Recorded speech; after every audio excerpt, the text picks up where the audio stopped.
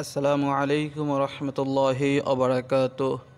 সম্মানিত দিনদার মুসলমান ভাই বোনেরা, আজকের আমরা এই ভিডিওটির মাধ্যমে সুসন্তান লাভের দোয়াটি শিখব।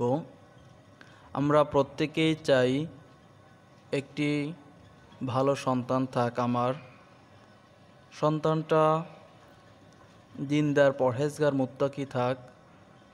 আমরা এরকমই একটি সন্তানের আশা করি। তো আমরা এই দোয়াটা পাঠ করব, আল্লাহর কাছে বারবার বলবো আমরা এই দোয়াটির মাধ্যমে। তাই আমরা এই দোয়াটি মুখস্থ করব এবং সব সময় মোনাজাতে আল্লাহর কাছে বলবো। দোয়াটা আমরা মুখস্থ করি। রব্বি হাবলি মিন লাদুনকা, রব্বি হাবলি মিন লাদুনকা।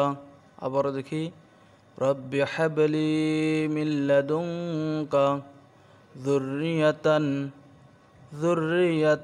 তাইয়্যিবাতান ইন্নাকা সামিউদ দুআ,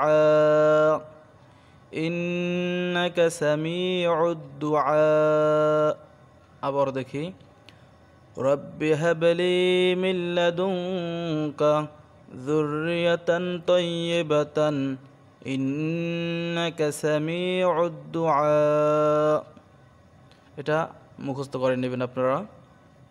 এর অর্থ হলো, হে আমার রব, আমাকে আপনার পক্ষ থেকে উত্তম সন্তান দান করুন।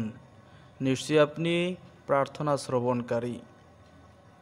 আল্লাহ তাআলার কাছে এই দোয়াটি বেশি বেশি পড়লে, আল্লাহর কাছে বললে, ইনশাআল্লাহ আল্লাহ আপনাকে একটি সুসন্তান, ভালো সন্তান, নেককার সন্তান দিবেন আশা করা যায়। দোয়ার প্রেক্ষাপট: হযরত জাকারিয়া আলাইহিস সালাম এর আল্লাহর দরবারে নেক সন্তান প্রাপ্তির জন্য প্রার্থনা। জাকারিয়া আলাইহিস সালাম আল্লাহর কাছে নেক সন্তান প্রার্থনার জন্য এই দোয়াটা করেছেন।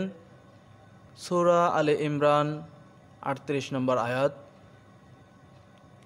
আশা করি আপনারা বুঝতে পেরেছেন।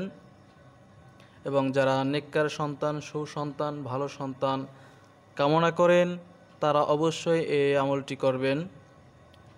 সকলেই ভালো থাকবেন, সুস্থ থাকবেন। এখানে বিদায় নিচ্ছি। আসসালামু আলাইকুম ওয়া রাহমাতুল্লাহি ওয়া বারাকাতুহু।